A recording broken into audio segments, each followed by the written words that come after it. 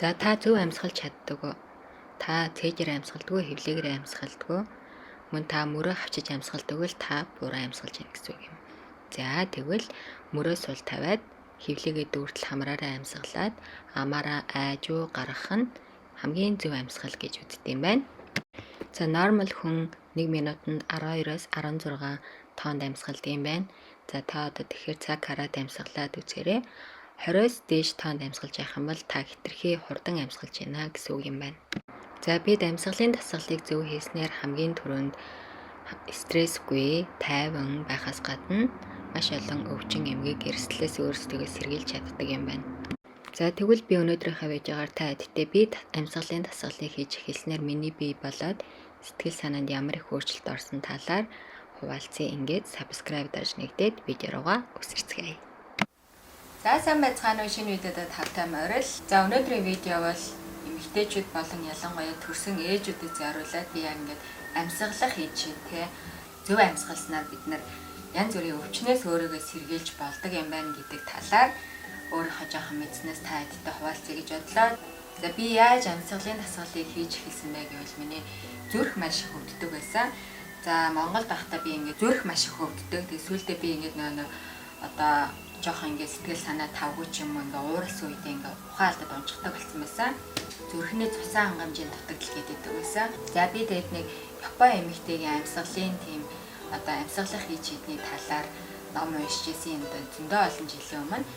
Тэрнээс хойш би ингээд ер нь бол би өөрийгөө л итгэх хэрэгтэй юм байна.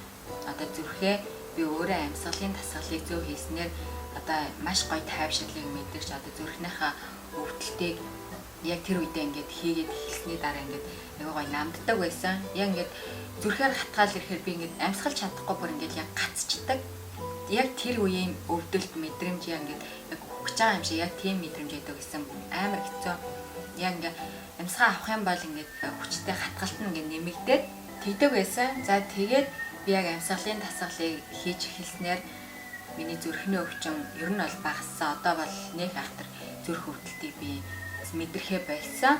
За хүн болгон зөв амьсгалаад байдаг юм байна л да. Одоо ихэнхдээ хүмүүс амаараа амьсгалаад одоо хамраараа бүрэн амьсгалахгүй амаараа тэгээд яг амьсгалахтай айгу хурдан амьсгалдаг юм байна. Хамраараа биш амаараа голцоо амьсгалах. За яг ингээ бүрэн амьсгалаа авч бүрэн гаргахгүй байсны улмаас хүний биед одоо маш их одоо эргэтэн системийн өвчлөл үүсдэг юм байна л та. За одоо жишээ нь би зүрхний одоо массаж, би тэрийг зүрхний массаж л гэж нэрлэдэг байгаа юм л да.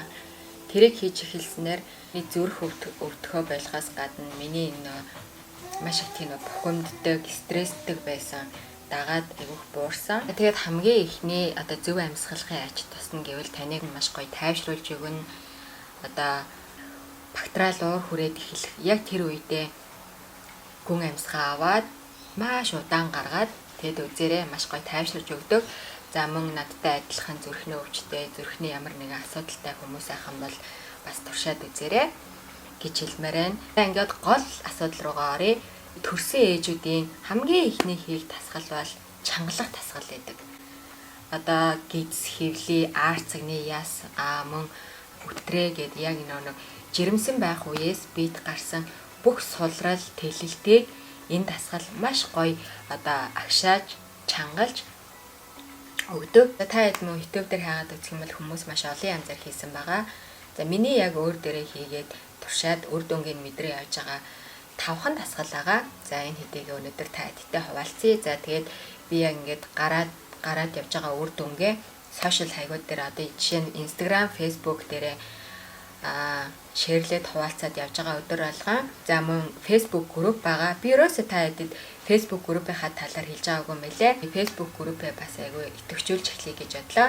Тэгээд би линкийн доор комментээр оруулчих та ядаас тийшээ ороод группт маань нэгдэрээ. Тэгээд тэнд би бас ингээд өдөр тутам жижиг сажиг сураад хэрэгжүүлээд өөрийнхөө хэрэглээ явдаг natural те зүгээр л гарын доорх бүтээгдэхүүнүүдээр хийдэг юмнуудаа бас тэнд оруулаад явъя. Ингээд дасгал руугаа орцгоё. Маш энгийн 5 амьсгалын дасгал төрсөн ээжүүд болон эмэгтэйчүүдийн бүр заавал хийх ёстой дасгал гэж би хэлмээр байна. Миний хувьд бол би тэгж нэг ахтар одоо юу гэдгийг жимд яваад ч юм уу дасгал тэгээд альсэл бүр ингээд тодорхой цаг гаргаад 20 минутыг ч юм ингээд тасгал зарцуулаад байх одоохондоо боломжгүй. Тэгээ би өөрөө бас залах уу. Тийм болохоор би зүгээр хүүхдээ хөхүүлж явахдаа ч юм уу альсэл ундах гад хөвтөж явахдаа өглөө басаад яг сэрэнгүүтээ энэ дасгалыг хийдэг байгаа. За та хэд маань ч гэсэндээ туршаад үзээрэй. За ингээд дасгал руу орцгоё. За хамгийн ихний дасгал нь гэвэл газар сайхан хөвтөөд сайхан амьсгалыг эхлээд гүнзгий амьсгаа авлаа, мөрөө суллаад амьсгаагаа гаргахдаа нэлээд хүчтэй амаараа гаргаад өг. За амьсгаагаа авъя, хэвлийгээр амьсгалъя.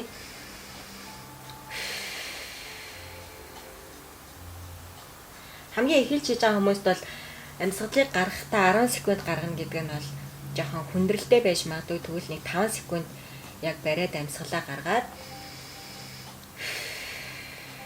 за ингээд амьсгалд сурсныхаа дараа нуруугаа шалтаа наагаад амьсгалаа гаргалаа.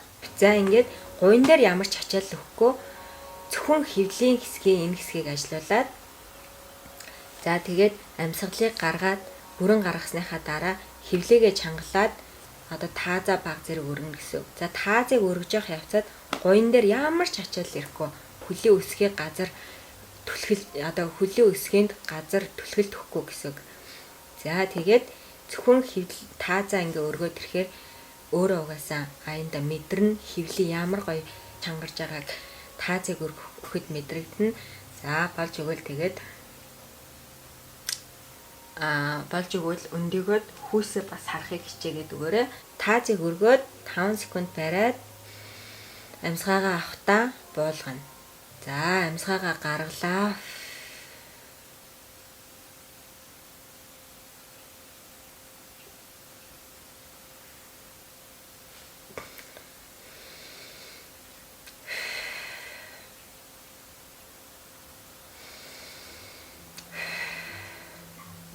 За тэгээд бариад чадвал 5 секунд бариад барьж чадахгүй бол амьсгаагаа аваад гаргахтаа өргөөд аваад гаргахтаа өргөөд ингээд нэг 10 удаа хийгээд үзээрэй. За мөн эндээсээ хэдүүлээ хэвлээ дээрээ одоо цаг гэж төсөөлье гэсэн.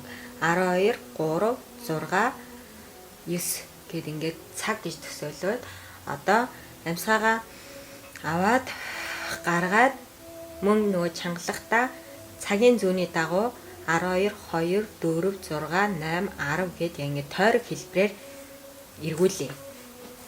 За гаргалаа.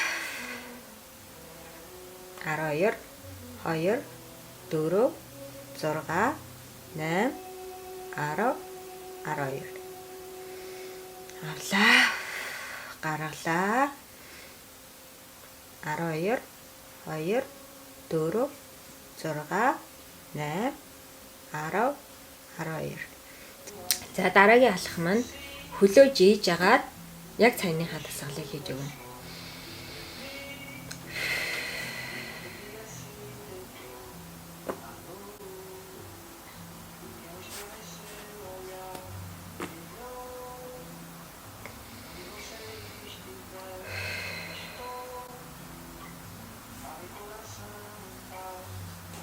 Хөлийн өсгий ерөөсөө газарлаа түлхэлт өгөхгүй шүү. Өгөхгүй байхыг хичээгээд хийгээрээ.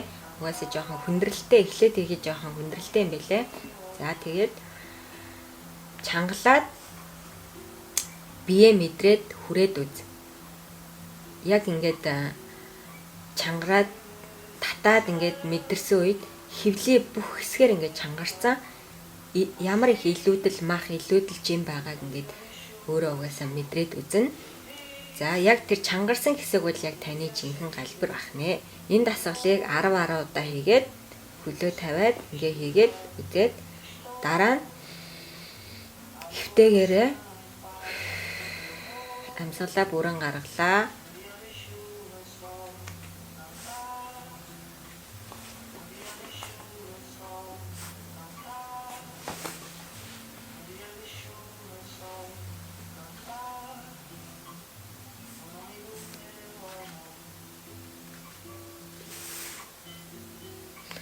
За энэ нь болохоор вакуум 10 секунд бариад одоо амьсгалаа бүрэн гаргаад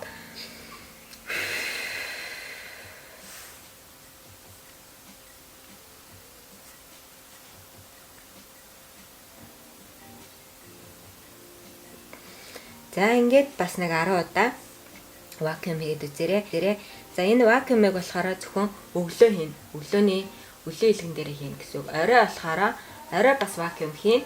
Оройныхаа вакуумыг ходоодонд ямар ч ачаал өгөхгүй зөвхөн доод хөвлийн хэсгээрээ вакуумжаас олно гэсэн үг. Амьсгаагаа авлаа, гаргалаа. Яг энэ хэсгээ чангалаад татна. Харж аваад ходоод хонхохгүй хөвлийн хэсэг бүр ингэ цаашаа сорогдож өгнө гэсэн. За энийг бол би оройд хийдэг. Өглөө бол би яг бүтэн хөвлийнхаа вакуумыг хийдэг. За энэ ингээд 3 сар. Дараагийнх нь бөмбөг одоо ямар нэгэн бөмбөг аль эсвэл дээр хавчуулаад өвдгөндөө хавчуулаад за болж ийн харагдаж байна уу би. За ингээ өвдгөндөө бөмбөгөөр хавчуулаад хөлөө дээшээгээ өргөөд хичээ бай. Хөлөө өргөлөө одоо тэгшгэн өргөн гэсэн үг. За өргөлөө эндээсээ одоо ингээд тэгшгэн болгоод одоо өвдөг рүүгээ гараараа түлхэж өг. Хэвлээг амьсгаагаа авлаа. Гаргалаа. Чангаллаа. За өвдөг рүүгээ гарынхаа алгаар түлхээд өг.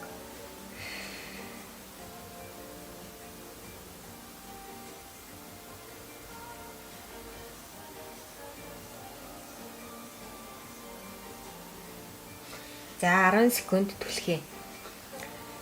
Чичирж агаад чичрэн салгална зүгээр яванда чичрэхэ болчин. За дахиад амьсгаагаа авлаа. Гаргая. За түлхээ.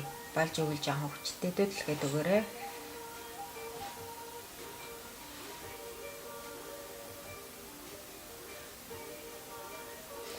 За энэ дасгалыг ингээ хийхээр маш их чангаралтыг мэдэрнэ. Хевли, өтрээ одоо тэ доод хэсэг, дээд хэсэг, нурууны булчин бүх хэсэг ингээд яг жигд гоё чангарж өгнө гэсэн үг. За мөн би энэ дасгалуудыг хийснээр миний нурууны өвчин, нурууны доод үе мөн энэ сүүжний яс руу ингээд нэг хатгаж өвдөд байдаг байсан. Өвдөлтөд бүр ямар ч юуг ор мөргөө алга болсон байгаа. За энийг ингээд 10 удаа хийчээд дараагийнх нь дасгалахаараа дахиад бөмбөг альсэлдөө хавчуулсан явтаад дэр нуглаад хавчуулсан ч болно. Хавчууллаа. Хөлөө газраас дахиад жоохон дэше хэвтэтгэ. Хөлөө газраас баг зэрэг өргөөд за газраас баг зэрэг өргөөд гаргалаа. За одоо хөлийг гадагшин сайхан одоо болж өгвөл энэ матраснасаа бүр гадагшин гаргая. Хавчаатай чигээрээ. За энэ нь тааз болон яг энэ арцаг таазыг бол маш сайн чангалж яаж өгд юм бэлээ. Одоо хумж өгдөг гэх юм уу одоо юу гэх юм. Өгдөг. За энийг 10 секунд барья. 1 2 3 4 5 6 7 8 9 10 хаагур өвдөлт мэдрэх вэ гэвэл яг энэ хэсгийн ясаар арцгийн яс тааз маш их өвдөн. За мөн нурууны энэ артлын булчин бас маш гоё чангарч өвдөж. Ер нь бол өвдөлтийг мэдэрч байна гэдэг чинь яг ачаал өгөөд бүрэн өгч ажиллуулж байна л гэсэн үг. За хамгийн чадах чинээрээ сайн гадагшлуулаад 1 2 3 4 5 6 7 8 9 10. Яа. Ус амар муу яадаг. Шиг хийдэг, амар чичирдэг, салгалдаг. Тэгээ би одоо бас гайг болчиход байгаа маа. За ингээд маш энгийн багаас нэг тийм хүч чадал шаарддаг байхгүй. За дахиад энэнийхаа дараа хөлөө сайхан жээж хэвтээд гүнзгий амьсгаа аваад гаргаад таазаа жоохон өргөж өгье.